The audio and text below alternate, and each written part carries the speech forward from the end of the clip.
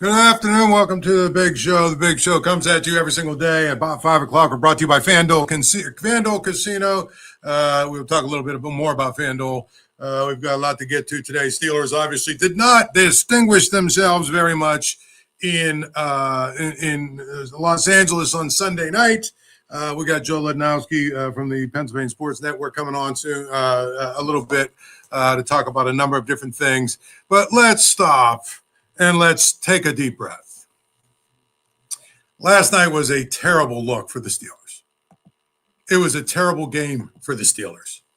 It was a terrible game for the Steelers in so many ways. Okay? But at the end of the day, when you really think about it,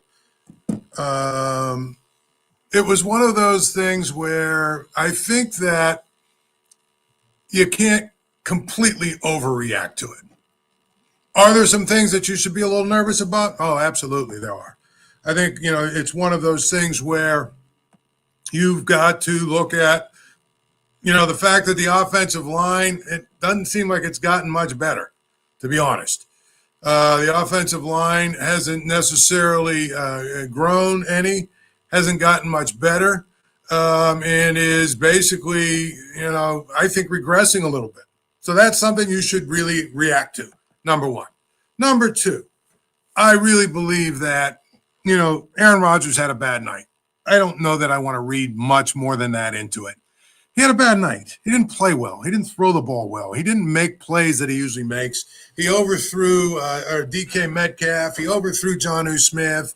He missed on a couple of throws. The one throw that he made to Calvin Austin hit him in his hands. That interception isn't on Aaron Rodgers. But, even he said after the game, he knows he didn't play well. He knows he didn't do the things he needed to do in order to give the Steelers a chance to win, period. So to me, I think that's one of the things where you kind of feel like he is going to, bounce back and get better. But I think there are a few things. Like I said, the offensive line is not getting better. Number two, I really think their play calling last night made no sense. Number three, I don't care what anybody says, the lack of a second real receiving option is a problem. It's a real problem. And so I feel like it's one of those things where, they've got to find a way to be explosive on offense, even though I think they've limited themselves personnel-wise. You can say whatever you want to say about the tight ends they have. You can say whatever you want to say about Jaylen Warren. You can say all that kind of stuff. But the reality is this is an offense that does not really make big plays. They make some here and there, but mostly it feels almost like a fluke, like the other team, sort of fell asleep. But in terms of a game like last night, I'll give you a great example. The difference, the Chargers, okay, the Steelers had 11 or 12 tackles for loss and 5 sacks, okay? So that's 15, 16, whatever, negative plays. And yet the Chargers were still able to get the ball down the field and get first downs. And the reason is because the Chargers have the ability to make big plays. They've got a quarterback who can throw it deep down the field. They've got a couple of guys that make big plays. And so it wasn't, if they got behind the chains, it wasn't like they didn't have an opportunity. If the Steelers get behind the chains, it feels like it's almost impossible for them to get 15 yards. If there's a holding penalty, God forbid, and it's 2nd and 20, you might as well just punt right then and there. And I think that's part of the problem. The other part of the problem is the play calling last night, I thought, reverted to just really unimaginative. It seemed like, and again, I'd have to go look through it, but it seemed like they ran on 1st down and 2nd down, and now you're 3rd and 8. And again, this is not an offense where that's advantageous. So they're going to have to figure out a way to work around their issues. And that's what I would tell you is a big thing. They have to find a way to work around the fact that they're limited personnel-wise. As I've said many times, you've got, to me, 3 tight ends. And all 3 of them, do you know what they are? Well, 4, I'm sorry. But 3 legitimate tight ends that you use. And Connor Hayward you use every so often. I think the biggest thing is those 3 guys are singles hitters. Darnell Washington is big and tall and strong and all that other good stuff. If you throw it to him at 8 yards, he's probably getting tackled at 8 yards because he ain't running away from anyone. Jonnu Smith, I don't even know what their plan is. If you can tell me what their plan is with him, I have no idea.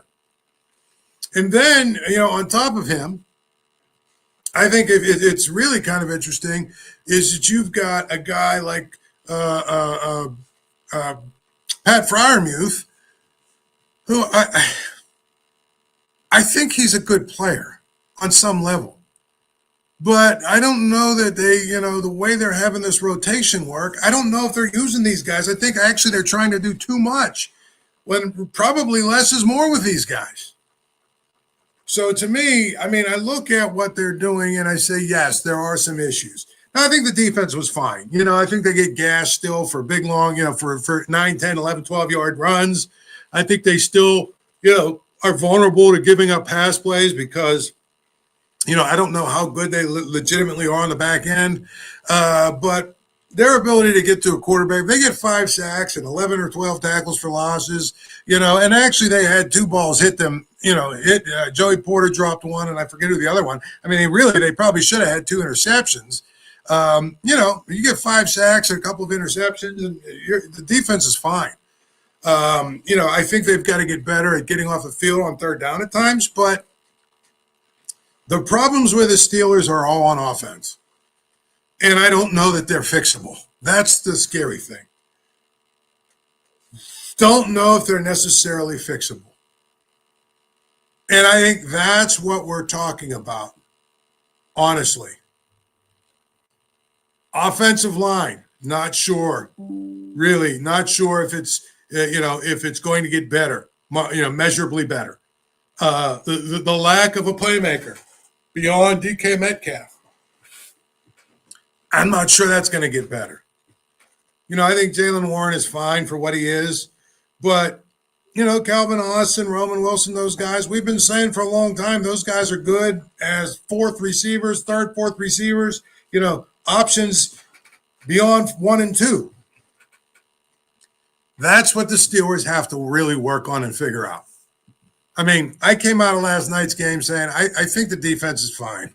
They ever since the Bengals game, and I expect them, this week to put a lot more heat on Joe Flacco than they did the last time.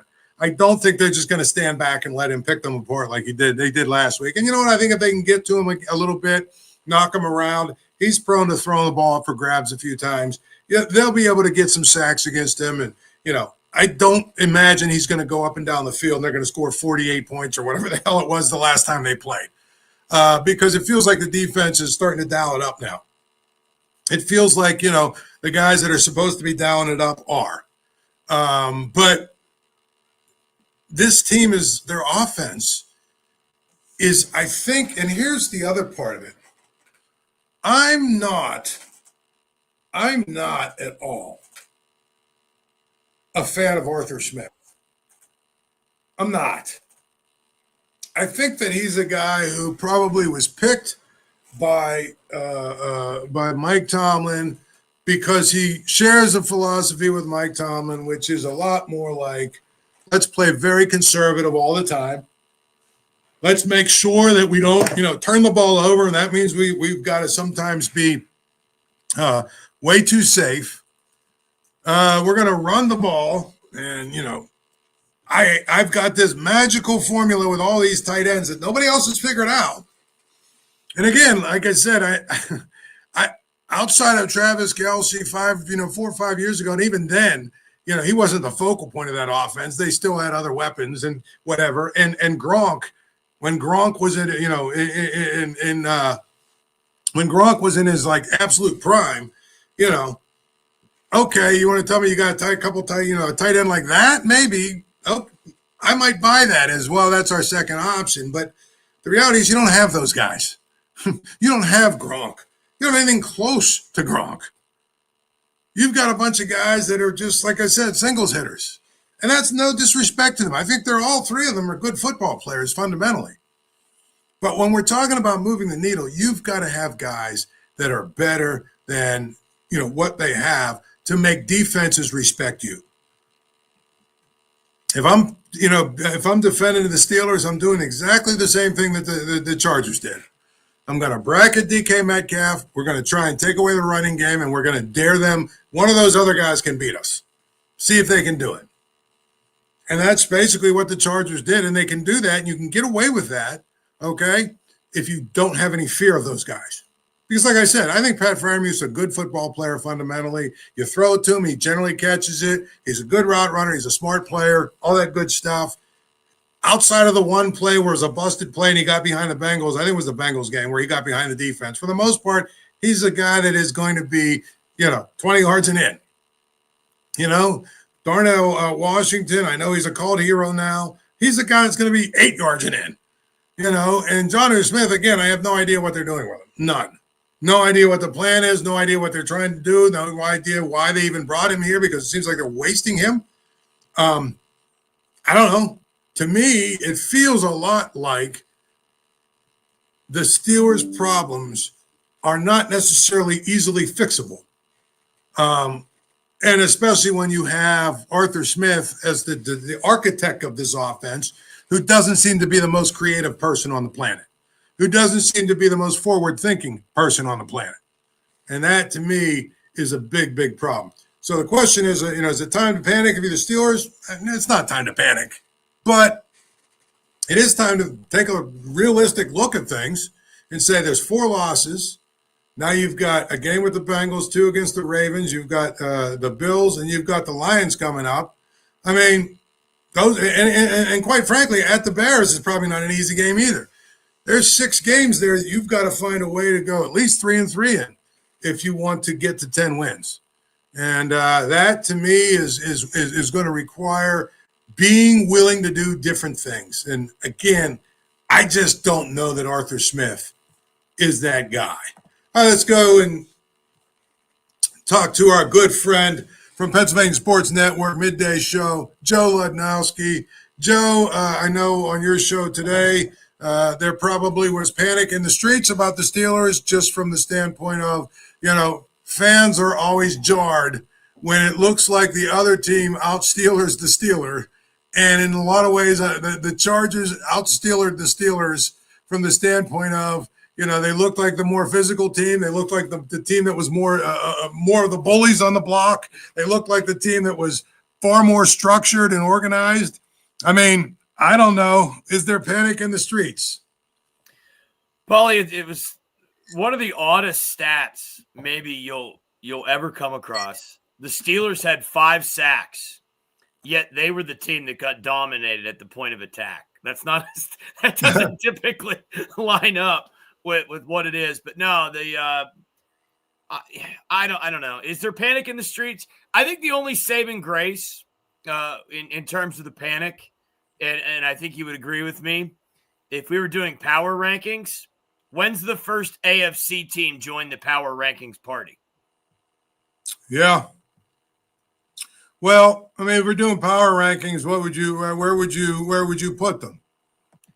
I mean, who's the best team in the AFC? The Colts?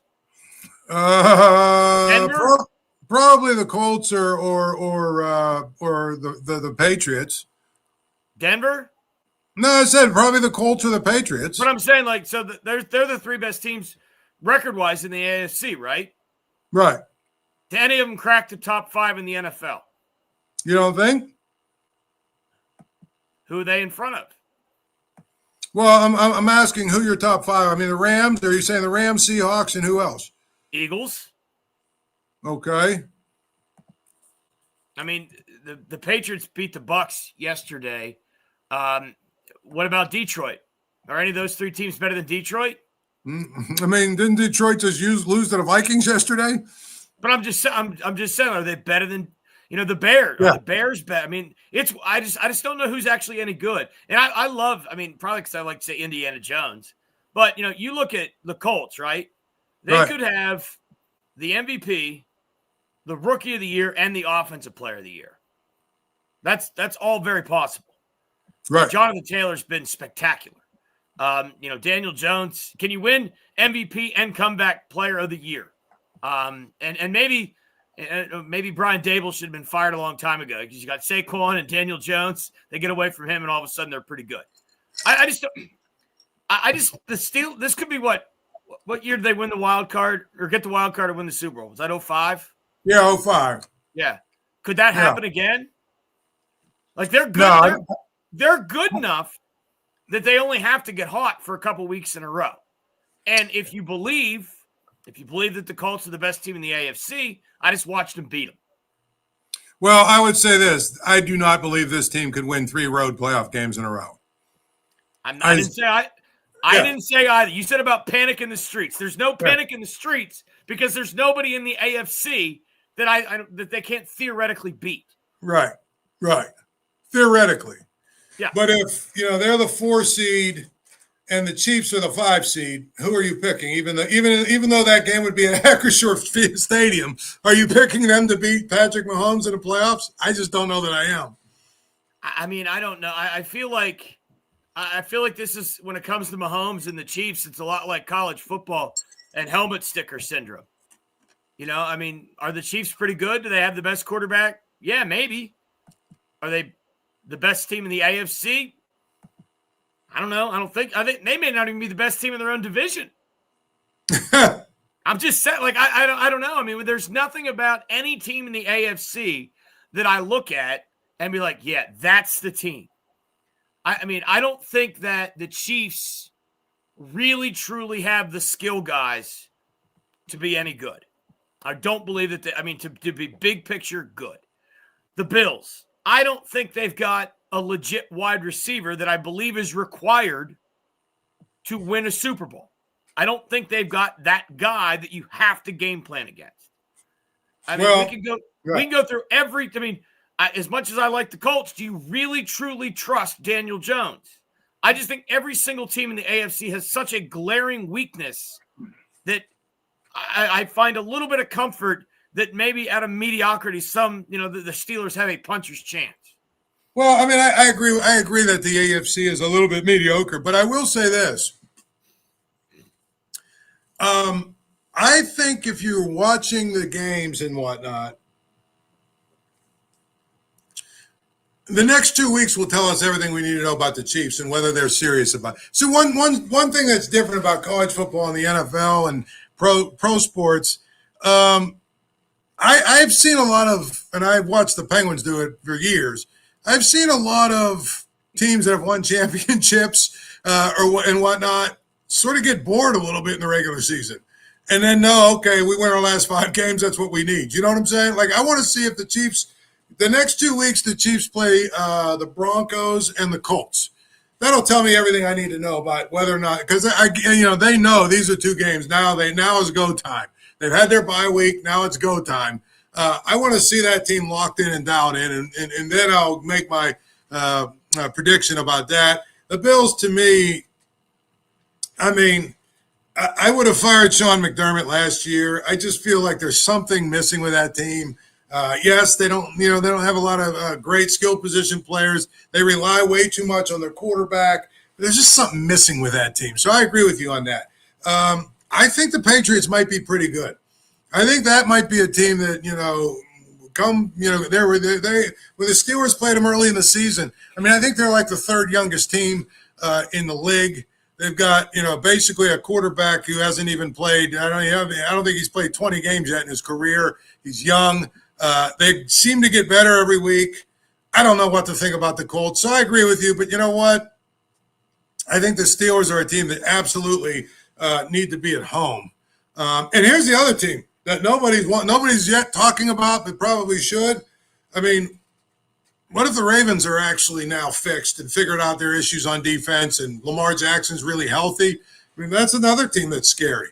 So I just feel like, the road ahead of the Steelers is not an easy one, is what I would tell you. So I said, I don't think you should panic.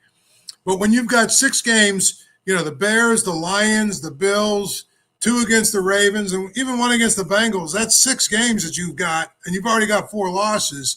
You got to be very, very careful now, don't you?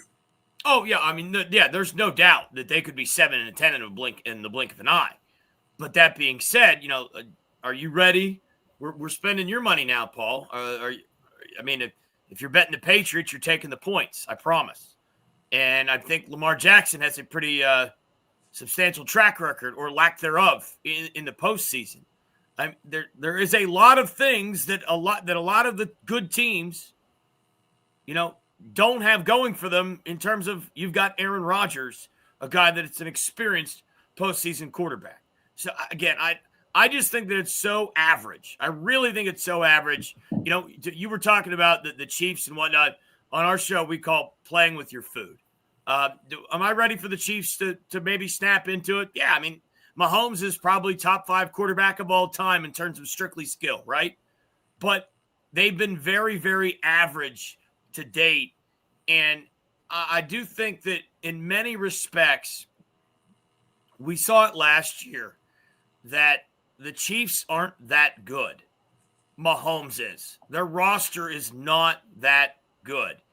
And if you look at the Eagles, the Lions, the Rams, their roster is better. They've got better players all across the board. Right. You look at Detroit. Are they ready to take that step? I don't know, but Amon-Ra St. Brown is as good as any wide receivers in the NFL.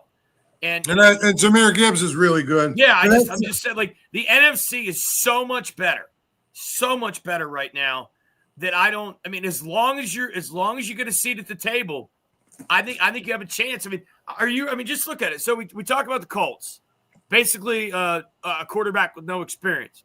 We talk about the Broncos, a quarterback with no experience. We talk about the Patriots, a quarterback with no experience. So there's half your field. Right. Quarterbacks that have zero experience. Yeah, I think that's, again, there's a lot that we can talk about when it comes to the playoffs, especially the AFC playoffs.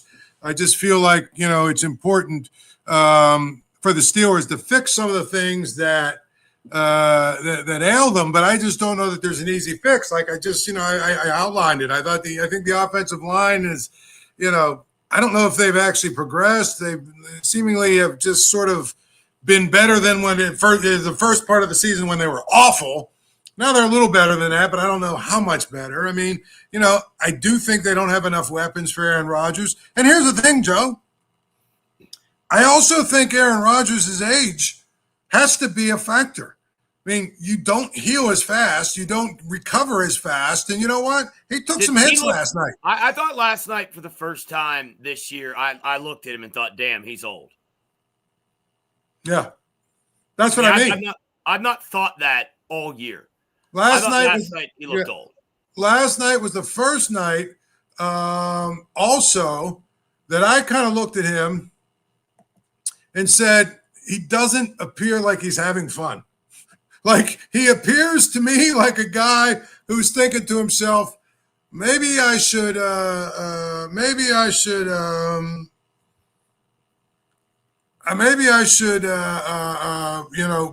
and retire, be on the beach somewhere. You know what I'm saying? I said this to my buddy last night when we were watching the game. I know that Sunday Night Football is like the premier deal, right? And it's not the same as a 1:00 game or a 4:00 game. But I wondered, watching that game, does Rodgers always make those facial expressions, and there's just only all the cameras for Sunday Night Football to get him? Does he always look that way, or was that just last night? Well, I think it's one of those things where it is a thing of last night didn't go very well, for him. And it was probably the first time it really didn't go very well. But you're right. He's 0 for 3. I think they're 0 for 3 in their primetime games. So maybe that's why those expressions are, we see those expressions all the time, right, from him on the primetime games, because he hasn't, they haven't gone very well. But I think twice as many cameras on Sunday Night Football as there is for right. So I was trying to figure out, does he always look that unhappy with the situation, or was last night the outlier? Yeah, no, that's a good point. I think he probably is always going to be. He's a competitor. I just think that you've got to take into account his age. Could become a factor as we go down and it gets a little colder out and he takes more hits. You know what I mean? I think that's something you can't completely discount. But to me, it's going to be real interesting just sort of to see how it unfolds down this stretch. But with the 6 games that I mentioned, it could be bad quick. It could be bad quick. Yeah. And the other part of it is, I honestly think this, we've seen this team do this, but we're just sort of assuming that, the other games that they have left, which is what, again, I think they have another game against the Browns, right? Yeah. And they have one other game. Oh, Miami. They've got a Browns game and a Miami game. I mean, we're just assuming, okay, well, they're going to win those 2 games, right? I bet the Bills assumed they were going to beat Miami yesterday, too. Exactly. And that's my point. Like, it's the NFL. So you win the game you're supposed to win, but sometimes you don't. And if you don't, that means those other 6 games become more important. I just think that there's no reason to panic yet, but I do think it's important to be honest about where they're at and realistic, and just say, they've got some issues on offense they need to fix. And if they don't, could be a long, 8 weeks or whatever's left in the season. Let me ask you this question, because we talked about this today on my show, and I don't really have an answer for you. Like, I know they didn't play well, but I can't really point to anything. It's like, that's why they didn't play well. Didn't this feel like, a Big Ten team having to make the trip to USC and it just kind of sleptwalked? Like, nothing about what the Steelers did appeared to be sharp.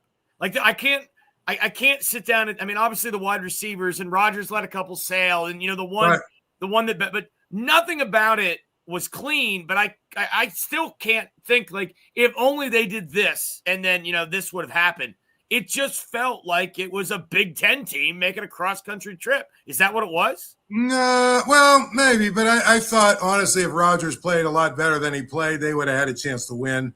Early on, he missed some throws that probably could have put them, ahead. And if they're ahead, they can, sort of dictate the game a little bit better. But, at the end of the day, he didn't play well. And I don't think the offensive line played well. I think that's probably – a good portion of why they didn't win. So anyway, Joe, I appreciate it, buddy. Thanks for jumping on as always. And, enjoy your evening. Enjoy your Eagles tonight. Hey, I just want to know, because we're getting our Twitter is getting blown up. I just want to remind everyone that I predicted Pitt to make the playoff on this show. If you remember, I think I got a big eye roll out of you. I hope they do. That would be pretty cool. I got a lot of heavy lifting to do, but it's all in front of them. It is in front of them. I think if they win 3 games, they will have an opportunity to do that for sure. They'd have a better resume than half the SEC. I know that. Yeah, but that doesn't matter. So anyway, thanks, Joe. All right, buddy. Be good. We'll see it. All right. Joe Lednowski, bringing it to you. Now, FanDuel Casino, obviously tonight we've got Monday Night Football, Packers and the Eagles. Packers are actually 1.5-point underdogs. The Eagles are minus 1.5. They are over/under is 44.5. Could be an interesting game. I think one of the things about it is, even though the Packers are at home, you go to your FanDuel Casino app. There's a lot of different ways you can bet this game for sure. Clearly you can bet prop bets like we always talk about. Jalen Hurts, touchdown scoring, total yards rushing, Saquon Barkley, Jordan Love passing yards. There's a lot of different ways you can bet. So you want to go to your FanDuel app. You want to make sure that you download it, and you want to make sure then that you are all in when it comes to betting on tonight's game, because obviously you want to be a part of the action. That's FanDuel Casino. We are, we were talking about the Steelers. Again, I think, just to recap, we've got 8 games left. 6 of them are against good teams with winning records. Well, the Bengals don't have a winning record, but they already beat them. If you're the Steelers, you have to win your games against the Bengals, Miami, and the Browns. And then you've got to find a way to beat one of those other teams, which they can. I'm not saying they can't. And it's probable that they'll be at 10-7. But at the end of the day, it's not that easy. They've got a lot of work to do. And because they've got a lot of work to do, they've got to fix some of the things that are going wrong right now with their offense. The first, obviously, is Aaron Rodgers has to play better. But after that, I mean, they've got to get their offensive line more consistent. They've got to get their other weapons to give DK Metcalf some protection. We'll do it again tomorrow. We'll see you. Thank you for checking out this content from Post-Gazette Sports. If you watch this video on YouTube, please like the video and subscribe to our channel. For all of the sports coverage the Post-Gazette has to offer, visit post-gazette.com.